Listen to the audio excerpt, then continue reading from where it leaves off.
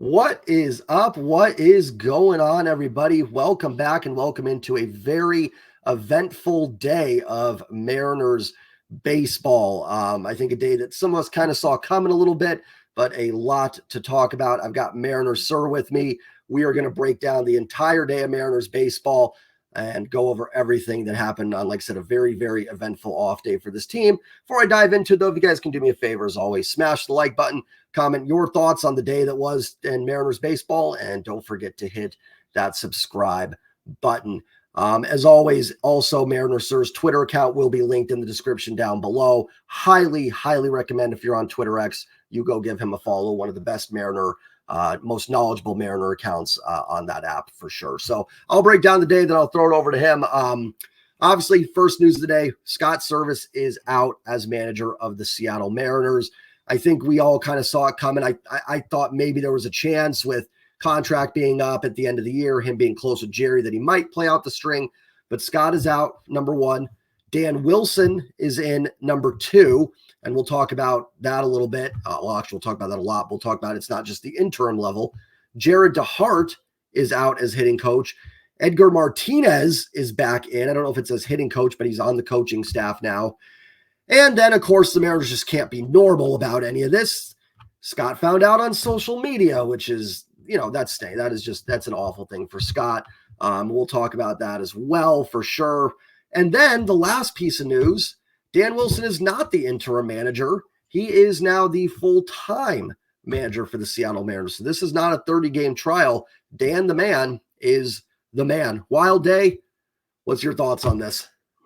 Yeah, crazy day for sure. Like you said, I think we all kind of expected this was coming, but in typical Mariners fashion, it became, I think, a lot more eventful than you would expect. So that's interesting. It's kind of weird to be here on August 22nd, talking about Servais being fired, when back in June, we had a 10-game lead. And then even on August 11th, so 11 days ago, you sweep the Mets Sunday Night Baseball. You're tied with the Astros in the division. Since then we went 1-8. They went, I think, either 6-3 or 7-3. So just kind of crazy. We're at this point after a 10-game lead, and even 11 days ago being tied for the AL West, and you're going out on a road trip to face Detroit and Pittsburgh. Even if you have a 5-4 road trip, this probably doesn't happen. But in reality, the collapse has been going on for a long time. It wasn't just this one road trip, although this road trip I think was atrocious enough to have the decision kind of need to be made. An eventful day. So feel awful for Servais. I think he did a lot of good things. I think that if we're all being kind of real, this isn't all his fault, not even probably not even half his fault, right? But it just got to the point where something I think needed to be done, and that's really the easiest lever that the ownership and Dipoto could pull was firing Jerry. And it's just kind of a woefully, I think, underperforming season. Some people may disagree with that and blame it on the roster, which is fine, but I think that the talent was there. It's a team that was pacing for 95 wins after 75 games in the season. So it's just hard for me to believe that this is like a 500 or below 500 roster when you play half the season at a 95 win pace. And then when you look at like the projections, it was above how they perform. So like I said, I feel bad for Scott, but I do think a change was needed. And on like Dan Wilson, I think when they first named it, I wasn't super excited. He's been out of baseball for quite a while, hasn't coached at all. So it's kind of like, that's interesting. But I think part of it was maybe he wanted to, raise his family, be kind of a normal dad.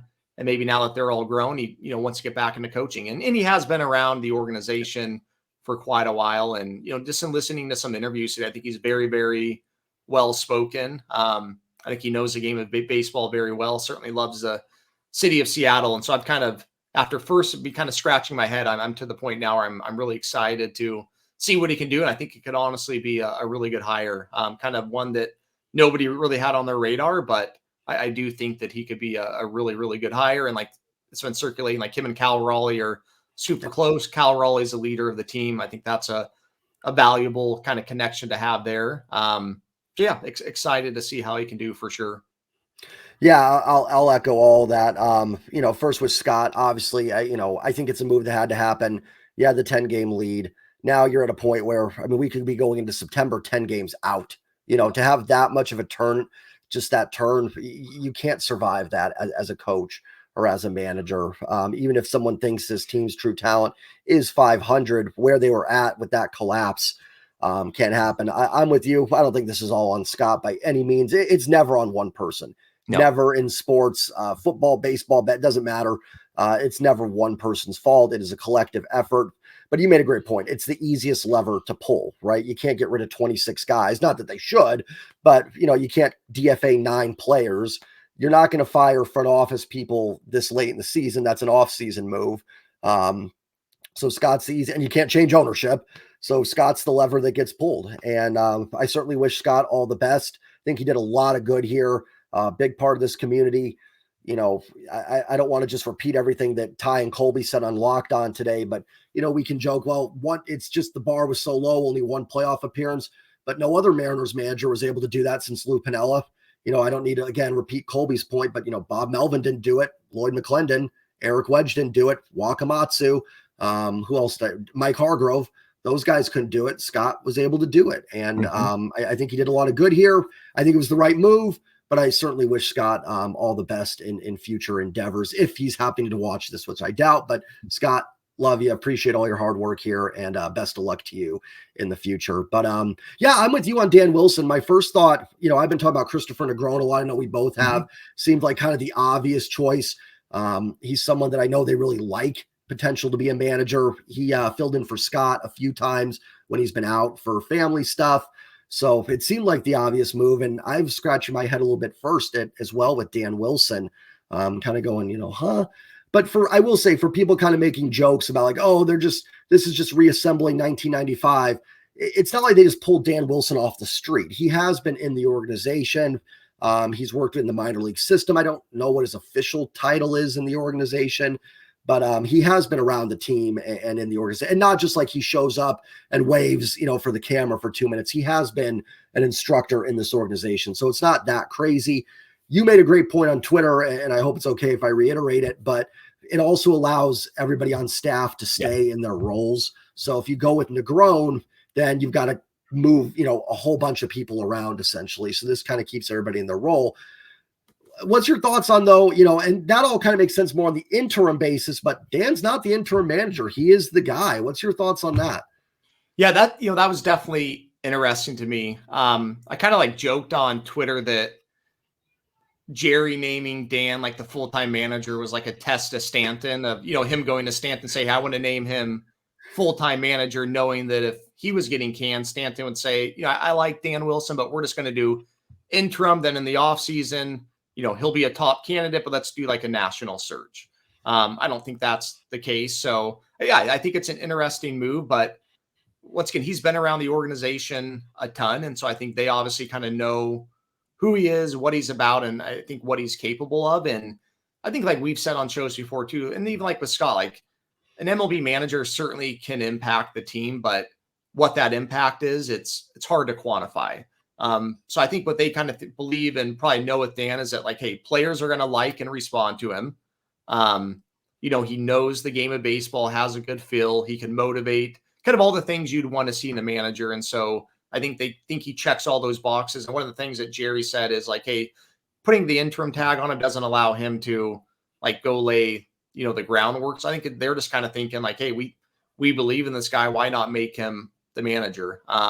Which the more I think about it, I'm okay with. Brett Boone was on KJR this afternoon. I didn't catch the entire interview, but, he couldn't have spoken any more highly of Dan. He's like, we all see it when you see him on the broadcast or talking, like he's the nicest guy in the world.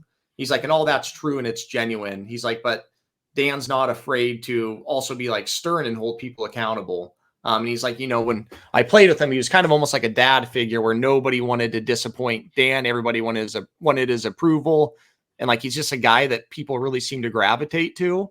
So I think he can kind of instill this new energy and confidence in the clubhouse, which I think is important because I think energy has maybe been a little bit of an issue at times this year, as well as confidence. So yeah, I'm excited to see what he can do. And another thing I like is that, he can go in there Friday to the players and say like, listen, yeah, we put ourselves in this situation, but let's just go out and give teams hell. Let's play with our hair on fire, and whatever happens, happens. If we finish the season and play well and the Astros do too, that's fine. Like we'll let the chips fall where they may, but let's just go out there with our hair on fire. We have nothing to lose. And I think that message can resonate from a new manager, I'm sure. And even I think Adam Jude had some reporting that, Scott's tried to be angry this year. He's tried to be overly optimistic. I think they said Sunday in Pittsburgh, he just kind of woke up and said, like, whatever, let's just go play baseball. Yeah. But, he's kind of tried everything this year and nothing worked. So I think with, that message that Brett Boone kind of shared, Dan could potentially use, it could work. Who knows, right? I think these players can maybe just relax and go play free now. So I guess kind of a long-winded way to say that, yeah, I think it was interesting not to name him interim, but the more I think about it, I think it does make some sense because I think he'd be a great manager. And Boone also said he thinks that Dan's got the capability to be kind of, he played in that old school, like Lou Piniella style. He's like, so he's got some of that in him, but he's like, Dan's also very, very up to speed on like the new age of baseball. So he should be kind of this good balance of like old school, kind of tactics, morals, whatever you want to call it, but also kind of the new school that I think you need to have as well with players in this day and age. So yeah, I'm excited to see how it works out. Yeah, that's what I was going to just say actually too, is I like that. I think there's gonna be a great balance with Dan. I think he's someone that's, I don't think I've ever heard anybody, now I don't have private conversations, but with a lot of these people, but anybody say a bad word about Dan Wilson. Like, I mean, one of the most respected and liked guys out there. There's other guys where, they're liked, but it's kind of like, he's a little off here, a little off there. Dan is just someone that everybody that meets him or interacts with him has a ton of respect for him. I think the players are going to respect him in that clubhouse, like you said. And I think you're going to have a good balance. I think toughness when you need toughness. Yep. With someone that's going to kind of bring the positives that Scott did bring. I think he's going to let the guys be themselves. I don't think he's going to be like, oh, stop the celebrations and stuff like that. And I think to your point too, removing that interim tag or not putting it on there to begin with will allow the team to play a little looser. Like, this is your guy. This is your leader. Most of these guys are going to be back next year. There, of course, will be new faces on the team. There always is. But, for a guy like Randy Rosarina, Victor Robles, Julio, or everybody, truthfully, like, this is your guy.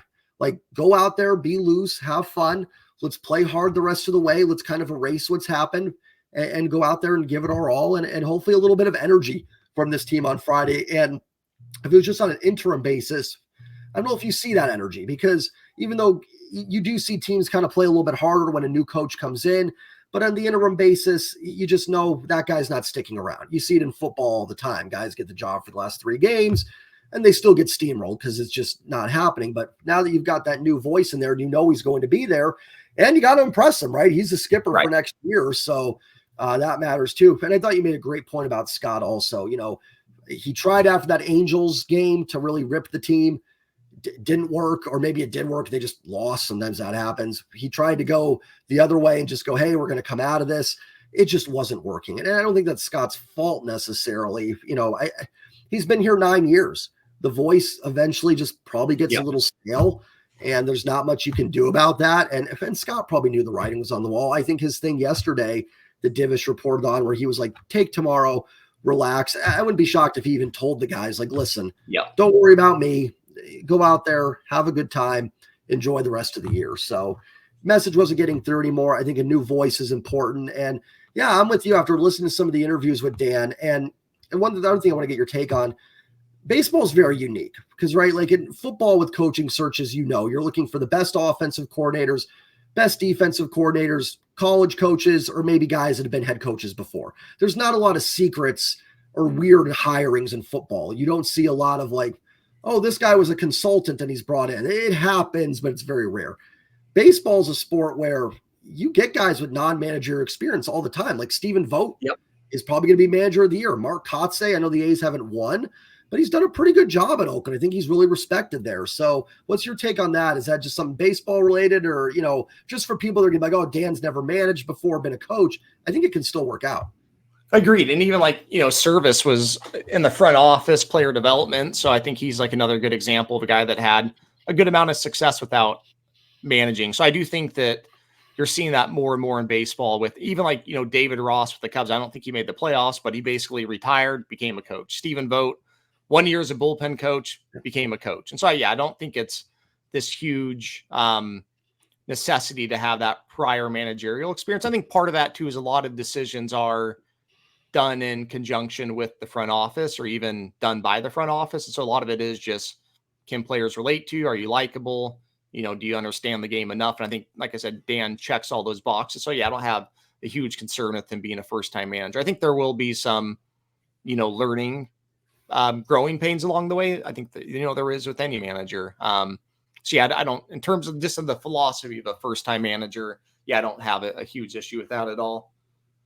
Yeah, and you know what? That might be another good reason to give him these 34 games this year. Can work out some of those kinks a little bit. Listen, I'm still hoping against hope that they can find a way here, but they're now, I think, 5.5 back. I'm pretty sure Houston held on tonight. So if Dan makes mistakes this year, you learn from them. Then going into next year, hopefully, those are fixed, those little mistakes, because it's going to happen, and that's fine. This is a good time to make those mistakes. And as long as the clubhouse is bought in, that was always kind of my defense of Scott.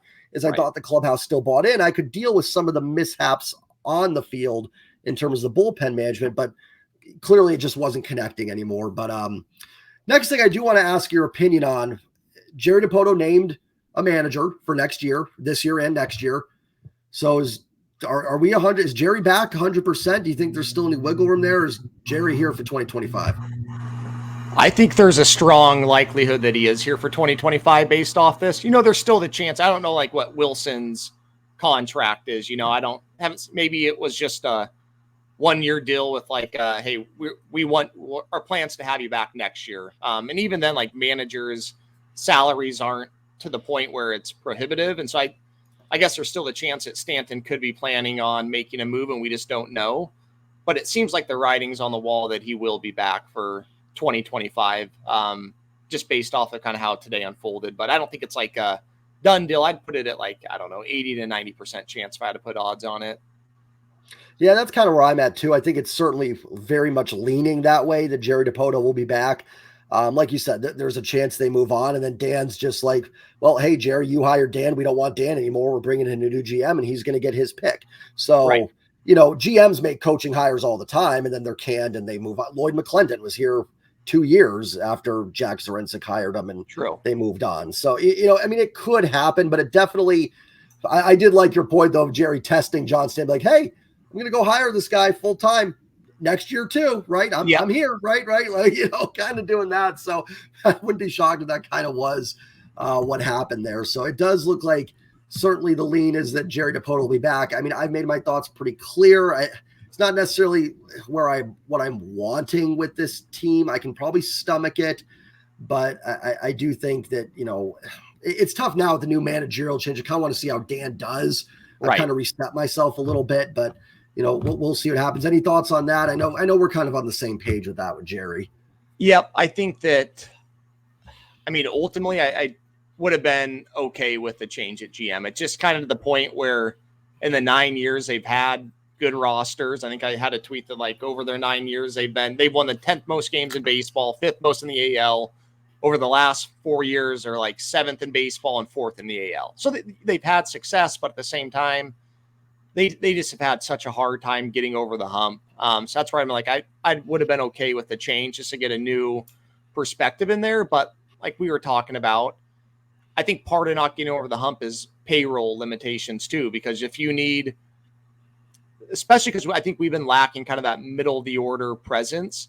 Well, if you only have 20 million to spend in an off season with 2 to 3 holes, 20 million may not even buy you a middle of the order bat, and odds are it won't. And then you have multiple holes out there. And so I think that's part of the reason they haven't been able to get over the hump is just payroll limitations. And then even there's a tweet circulating that if you look at like dollars spent per wins, the Mariners have been like 6th lowest in dollars spent per win over the last 3 years. And so with what Jerry's been given for payroll, he's done, a fairly good job. So I would love to see what he could do with another 50 or 60 million to be able to go get a Christian Walker and still fill the other holes. But the limitations are what they are. And so that's where I would have been okay with a GM change to see if somebody else could have got him over the hump with those limitations. Another thing I've kind of kicked around the idea of is, all right, if Dipoto is going to stay, do you maybe make a change?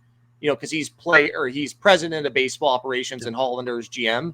Well, do you maybe fire Hollander and go get like the Guardians assistant GM and promote him to GM and see if that other kind of voice in the room can potentially help unlock the challenge we've had of getting over the hump. I think that would be something they should seriously take a look at if Dipoto's staying. So I'm kind of with you where I would have been more than okay with a change there, but they've also done a lot well. And I also want to make sure that I attribute enough of the blame to Stanton and kind of these struggles too, because I think he's probably most to blame in this. So it's a tricky situation for sure.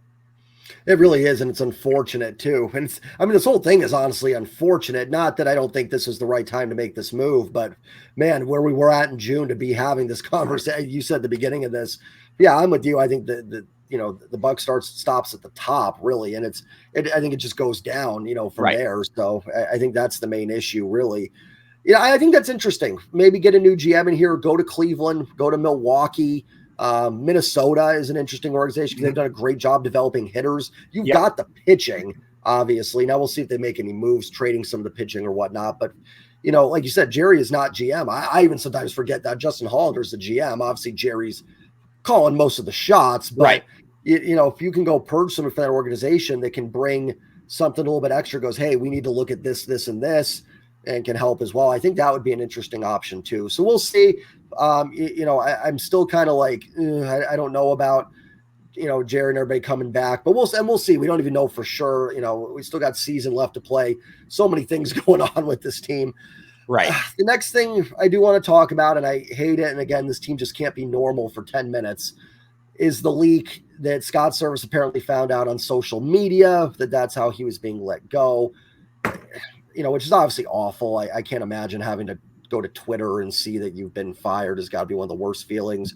It's funny. All the teams, the Seahawks had issues with that. The Mariners have. Seattle teams be normal for 10 minutes challenge. It's just, ugh. Yeah, no, definitely not a good look. And I think, I'd be shocked if Jerry's the one that went to Ken Rosenthal at 9 a.m. and said, hey, we're firing Scott and hiring Dan Wilson manager. So, the leak obviously came from somewhere else. And the Mariners have generally been pretty good at keeping things in house when it comes to trades and signings. Nobody really ever gets that information. So somebody made a huge mistake there because that just can't and shouldn't happen. It's embarrassing. And I think from where Jerry went wrong was in his interview with Rosenthal yesterday. He basically kind of said that we're making a change. And so I think what he should have done is when that question was asked, one, just say next question, or two, answer it in a different way of hey, Scott's our manager today. You see that all the time with, general managers making that comment. And there's people usually know what the meaning is behind it, but he just sometimes is a little bit, I think, too transparent and honest with the media. So I think that's probably a question that he shouldn't have answered, or certainly not in that detail, because it tipped off Rosenthal that something was going on. And so, I think it probably allowed him to spend his time kind of digging around this morning to make sure that he was first on the report. So just, a bad look all around for sure. Yeah, Jerry always seems to go one step too far with what he says sometimes. The irony being that if he's kind of viewed as too candid, I almost think he says too much sometimes.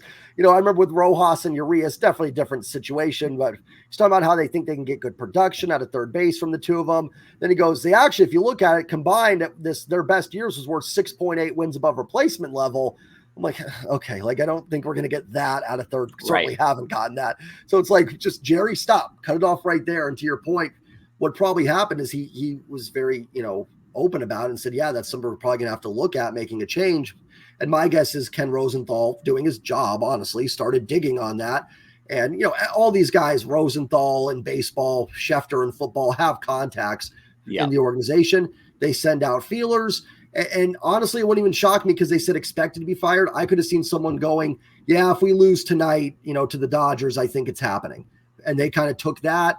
And, and obviously, too, another thing to look at with this, going with Dan Wilson full time, this was not just they made the decision today. Mm-hmm. They've had Dan in the back of their mind. So who knows if somebody leaked to Rosenthal a couple months ago that, hey, they really like Dan Wilson. If something happens here, Dan's going to be the guy.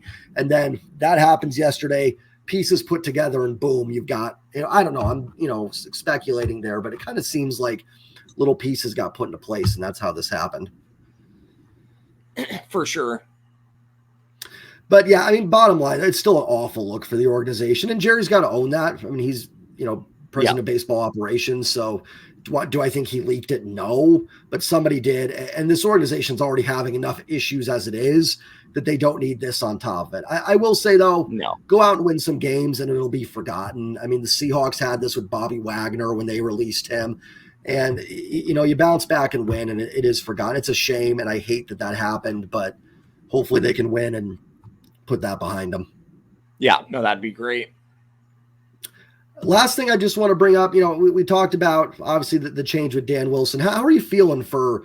Because I do have a little sense of like rejuvenation for this weekend. Now that could be gone as soon as they lose the series to the Giants, but I've been going through the motions watching this team. We've talked about it, kind of just being like, just get swept and move on and start over the next day. We've said that a bunch of times. I feel a little rejuvenation. I'm excited to see Dan in the dugout. I'm kind of excited for Friday now. Yeah, no, I have the same feeling too. Just I think that sometimes change can inject a new energy, and so I feel the same way as you. Kind of excited for the series. Not that I think we're gonna go, 28-6 and make the playoffs, but yeah, I feel a new sense of excitement. And for the players, I'd be curious to see what they think. I'm sure part of them feels very, very bad for Scott Servais, obviously, and they probably feel accountable for a lot of this. But I think they maybe have some new energy too. They all know Dan. I think they all like Dan. And so I think there will be just some kind of renewed energy even in the clubhouse tomorrow of like, all right, let's just go do this, and like I said, excited for a guy that from all accounts, that some of the players are close with as well for him to get a chance. So yeah, I'm sure they have some renewed energy as well. Yeah, you made a great point when we were talking on today as well. And I think you kind of alluded to it during the video. But, I think Scott was liked in the clubhouse. I do. I think the guys respected him. And I think the pressure got to them a little bit. Felt like they were fighting for Scott's job. Now you're not. Like, no matter what, even if you go 2-32 the rest of the way, unless Jerry's out, then maybe Dan could be out. So, from that standpoint, maybe Dan's not back next year. But for the most part, you have your new guy now. You can kind of take a deep breath. You're not fighting for his job anymore. I think Dan Wilson is a good guy for that type of situation, honestly. And I'm looking forward to the first Dan Wilson ejection, what that's going to look like. I want to see Dan out there getting tossed. I'm excited for that. I don't know if that's going to happen game one, but those little things, I'm excited to see where Dan stands in the dugout. Every manager is kind of different where they sit in the dugout. So I'm excited. I am. It might be terrible. This isn't me going like, oh, Dan's the guy. He might not be, but it's something new, and new can be exciting and then fade away very quickly, but we'll see. Yeah, completely agree. Well, I think that's it. Les, did you have anything else you wanted to bring up? Maybe any topics we didn't get to? I think we covered everything. Oh, last thing, I guess, Jared DeHart out, Edgar Martinez in. I mean, kind of expected that. Any thoughts on that move? No. Well, yes, I guess, I think that it makes sense. I mean, the hitting's been so poor, you have to do something. Like Scott, I don't think it's all Jared DeHart's fault. I mean, you've even seen some, articles with players crediting him for certain things. So I think this is more of a organizational like philosophy maybe. And even Jerry mentioned that, I think during his press conference today, that like, we're looking long and hard into like, how are we evaluating hitters? What are we teaching them? What's our methodology? And like, we are going to make some changes there. So I think the issue's bigger than Jared DeHart, but at the same time, I mean, even from like a player's perspective, like a Mitch Garver who struggled all year, maybe he has been working with Jared DeHart, maybe he hasn't, but I'm sure a lot of these guys have worked with him 2 or 3 times to try to get out of slumps, and nothing they've done has worked. And so you kind of wonder if their confidence in him has wavered a little bit as they've tried to unlock things and nothing's working. And so once again, just a new face, kind of new conversations. Maybe Edgar can help in some capacity with, with a few players. So yeah, I think it was a necessary change there just because, I mean, the hitting's been so poor. Once again, not all DeHart's fault, but this another easy lever to pull. So I think it makes sense. Yeah, 100%. And I don't think it's just, I know people are probably thinking, Dan, Edgar, just bringing back guys that played for this team, not going outside the organization. And I do have some concern about that. Like, is that all we can get is just guys that used to play for the Mariners? Let's get, Randy as the pitching coach. I get it. I do think there's some risk there. But I think part of it too is just the respect level. You know, Edgar Martinez is one of those guys that it's tough when you're making these changes. And it's one thing if the manager was hated, right? Like Joe Madden was despised by the Angels players, you know, going to football. Urban Meyer was hated in Jacksonville. I think when you have those situations, you can go outside and just pull in different people. When you have a situation like with the Seahawks, I don't think Pete Carroll was hated. You have Scott Servais, I don't think was hated in that dugout or clubhouse. Same with Jared Hart. I think you have to be very sensitive to the moves you make. And I think bringing in guys that they know, Dan Wilson, Edgar, that have respect, so you're not going to get these players that are like, well, I'm not listening to this clown that I don't know coming in. They know Dan, they know Edgar. Are they going to fix every problem? Probably not. That's going to take new players, you know, and a whole offseason. But I don't think it'll be an issue of respect for these guys coming into the clubhouse. Yeah, that's a really good point. That is all we've got for today. We had to get that out there. You know, the Mariners just can't have a day off and not do something. So thank you, everybody, for tuning in. Once again, hit that like button. Comment your thoughts on the Scott Servais firing, the Dan Wilson hiring. Don't forget to hit that sub button. And, of course, click the link to go to MarinersSUR's Twitter X, and give him a follow. Have a great night, everybody. I'll be back tomorrow night, Friday night, for the Dan Wilson era as it begins with the post-game recap. Hopefully it starts with a W. Take care, everybody. And as always, go Mariners.